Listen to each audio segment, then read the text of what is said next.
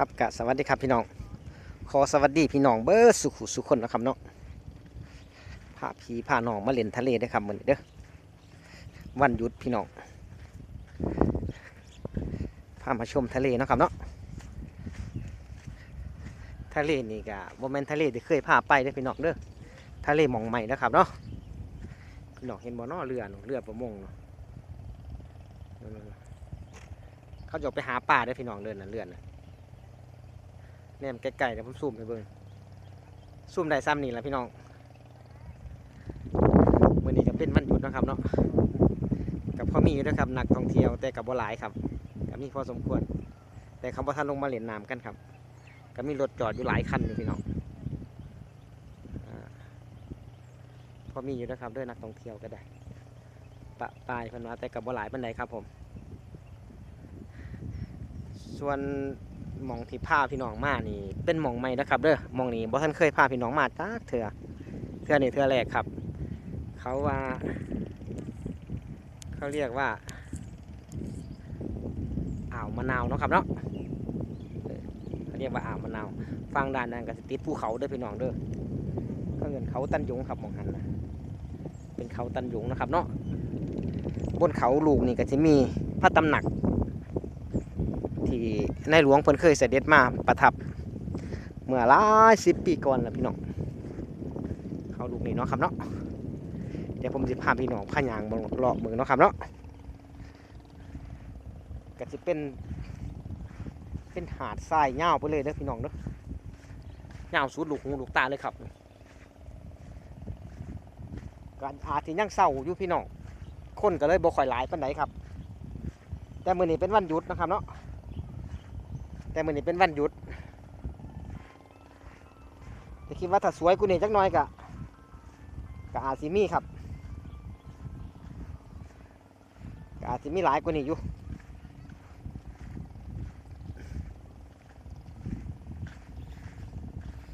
อ่าวมะนาวเพิ่นว่าพี่น้องก็จะเห็นเรือหลายลำเด้อพี่น้องเด้อ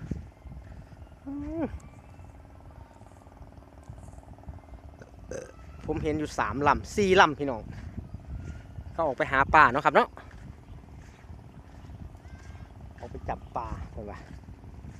อุ้ยน้ำสวยใสพี่น้องเอ้ยสุดยอดเลยครับน้ำทะเลมื้อนี้เป็นสีฟ้าครามเลยไหมเป็นสีฟ้าเลยเด้อพี่น้องเด้อเป็นสีฟ้าสุดสวยเลยครับสุดยอดเลยขื่นกับบ่แห้งนะพี่น้องไปตะเล่นแห้งไหมมาเด้อครับพี่น้องเลยถ้าอยากเล่นน้ำทะเลก็ได้มาเล่นน้ำทะเลน้ำผมนะครับเด้อจะพามาเล่นน้ำทะเลได้นี่เขาหาอย่างกันนอมครับเนาะจะพาน้องนะครับเนาะหาอย่างกันเนาะ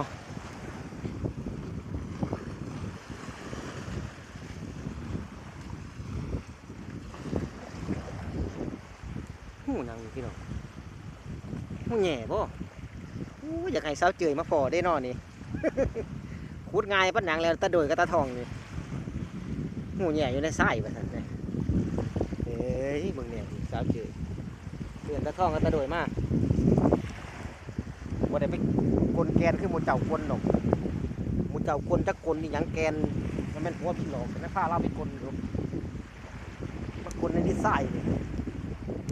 สุดยอดเลยครับโอ้เขาหนาสีหลางป่าพี่น้องเขาหลางป่าเขา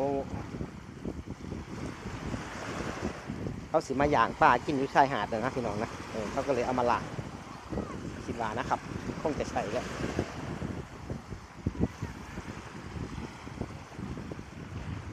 นี่หูไหมหูได้หูนั่นแล้วบ่เคยผ่านเราทางใดเบิด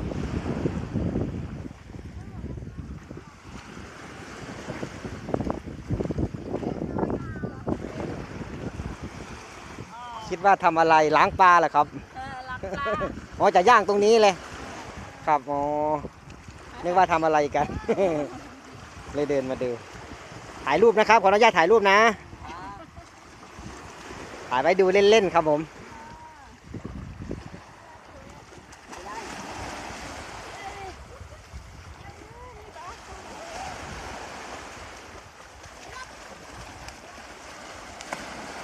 คนเล่นน้ำนี่เด้อพี่น้องเด้อมันก็เป็นตะมวนแห่งละโอ้ยโอ้ยอยากเล่นน้ำเด้น้องพี่น้องเนาะโอ้ยอยากเล่นน้ำบ่ถ้าเจอจะก็พาลูกเจ้ามาเล่นแน่น้ำทะเลจะพาไปเล่นน้ำที่ต้มหลายมือได้จะเสือต้มปลากล้วยตู่ลูกเจ้านั่นนี่มาเล่นน้ำสวยๆสดใสเขานี่โอ้ยยันอดเล่นน้ำบ่ได้อยู่พี่น้องเต็มแพร่ลำนี่พ่อจะพามาเปลี่ยนอยู่ครับเดี๋ยวผมจะขอเก็บภาพบรรยากาศในพี่ให้น้องเบิ่งก่อนเดี๋ยวผมจะมาเล่นนะครับเนาะ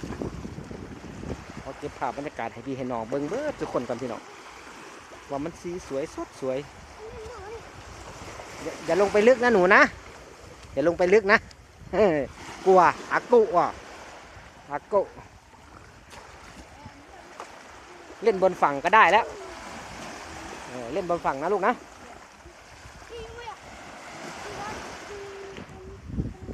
ไม่สาวเจอจะเบิ่งหูแง่ข่อยนี่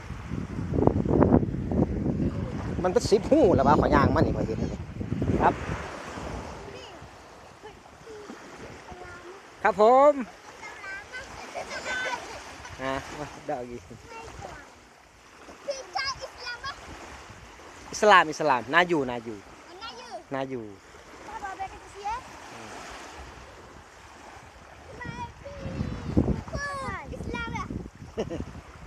นคร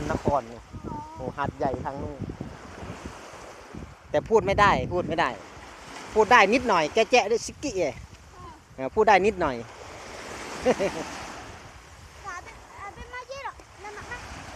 ฮ่อละมันหูได้หูนั้นเลยได้โอ้ยแย่หลายคันเสียได้บ่ได้เสียมมา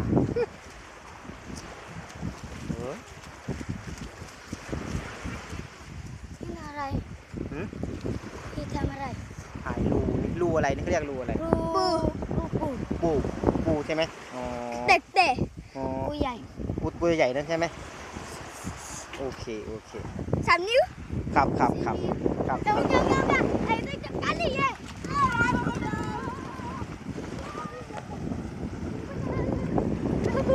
ว้า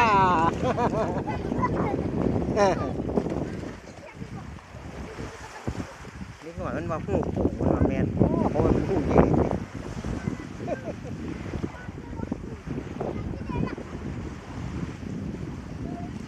มันหูแง่นิดหน่อยว่าหูปูมันครับโอ้ย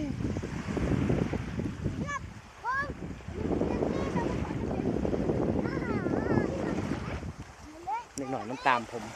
น้ำใสพี่น้องดูมึงพี่น้องดูน้ำใสสุดยอดเลยครับ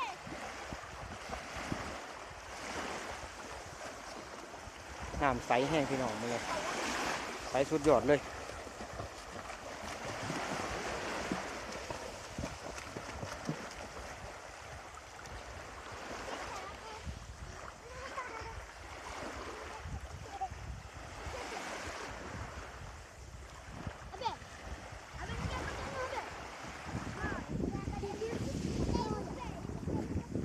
ใสแห้งพี่น้องเลย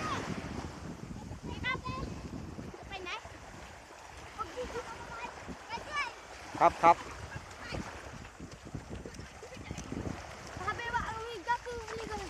ฮะได้เงินเท่าไหร่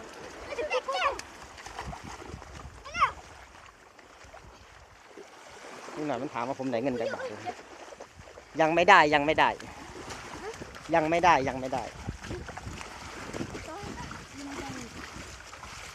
ถ่ายฟรีถ่ายทำฟรีฮะผมจะไปอัตวัดดูให้อัตวัดไปก่อนเดี๋ยวตามไปนะพี่น้องหาดสวยสดใสเลยน้ำมึงเนี่ยพี่น้องเลยอันนี้ก็เป็นป่าด้วยครับเป็นเขาที่ผมบอกกันแหละเขาตันหยงครับเนาะ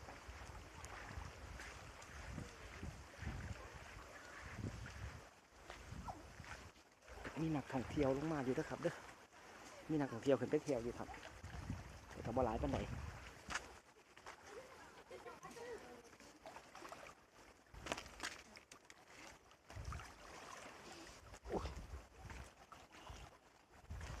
พี่น้องพาพี่น้องมาไต่โขดหินหน่อยนะครับเด้อพี่น้องเบิ่งน้ำโอ้ยสดใสมากเลยพี่น้องมึงใสสวยงามมากเลยสุดยอดเลยโอ้อยากเล่นเด้พี่น้องแต่ผมเอาเสื้อผ้ามาเปลี่ยนอยู่นะแต่ว่ามื้อนี้ผมมาผู้เดียว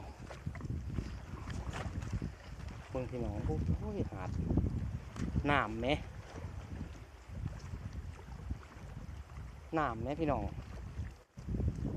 โอ้ยสวยงามมากเลยสวยสดใสมากเลยพี่น้องเ